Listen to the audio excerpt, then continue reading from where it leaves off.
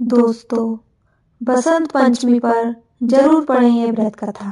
माँ सरस्वती होगी प्रसन्न। बसंत पंचमी के दिन हमें माता सरस्वती की पूजा जरूर करनी चाहिए।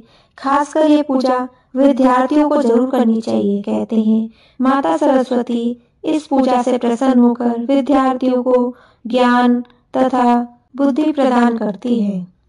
बसंत पंचमी के दिन माँ सरस्वती की विधिवत पूजा करने के साथ साथ इस व्रत कथा का पाठ करें या फिर सुने। ऐसा करने से आपकी पूजा पूर्ण होती है, सुख समृद्धि की प्राप्ति होती है।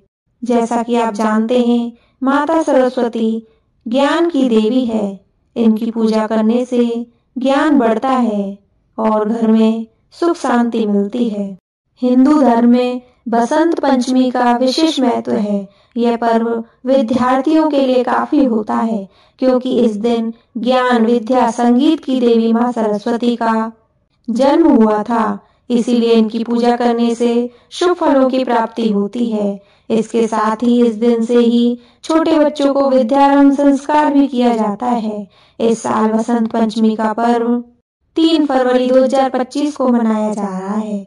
देवी भागवत के अनुसार माघ मास के शुक्ल पक्ष की पंचमी तिथि को संगीत, काव्य, कला, शिल्प, रस, छंद, शब्द, शक्ति की देवी माँ सरस्वती का जन्म उत्सव मनाया जाता है। इसके अलावा इस दिन भगवान कामदेव और उनकी पत्नी माता रति की पूजा करने का विधान है। इस दिन माँ सरस्वती को पीले रंग के फूल, माला, वस्त्र आदि चढ़ाने के साथ पीले रंग का भोग लगाया जाता है।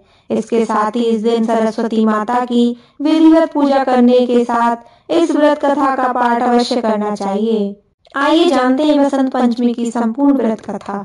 देवी भगवती पुराणों के अनुसार सृष्टि के आरंभ में त्रिदेव ब्रह्मा, विष्णु और महेश ने मनुष्य जाति का आवरण किया, लेकिन त्रिदेव अपनी इस सृजन से संतुष्ट नहीं हुए। त्रिदेव को लगता था कि इनमें कुछ कमी रह गई है, जिनके कारण पूरे ब्रह्मांड में शांति ही शांति है। ऐसे ही ब्रह्मा जी ने भगवान विष्णु और शिव से अनुमति लेकर अपने कमंडल से जल लेकर वेदों मंत्रों का उच्चारण करते हुए छिड़का, जिससे एक अद्भुत शक्ति का प्रादुर्भाव हुआ। एक चतुर्भुजी सुंदर सी स्त्री की थी, जिनकी एक हाथ में वीणा और दूसरे हाथ में तथास्तु मुद्रा को संबोधित कर रही थी, जबकि अन्य दोनों हाथों में पुस्तक और माला थी। त्रिदेव ने उनका अभिवादन किया और उनसे वीणा बजाने का अनुरोध किया। माता सरस्वती ने त्रिदेव का अभिवादन स्वीकार करते हुए जैसे ही वीणा मधुर नाद किया, तीनों लोकों के सभी जीव जंतु और प्राणियों को वीणा की मधुर नाद प्राप्त हो गई।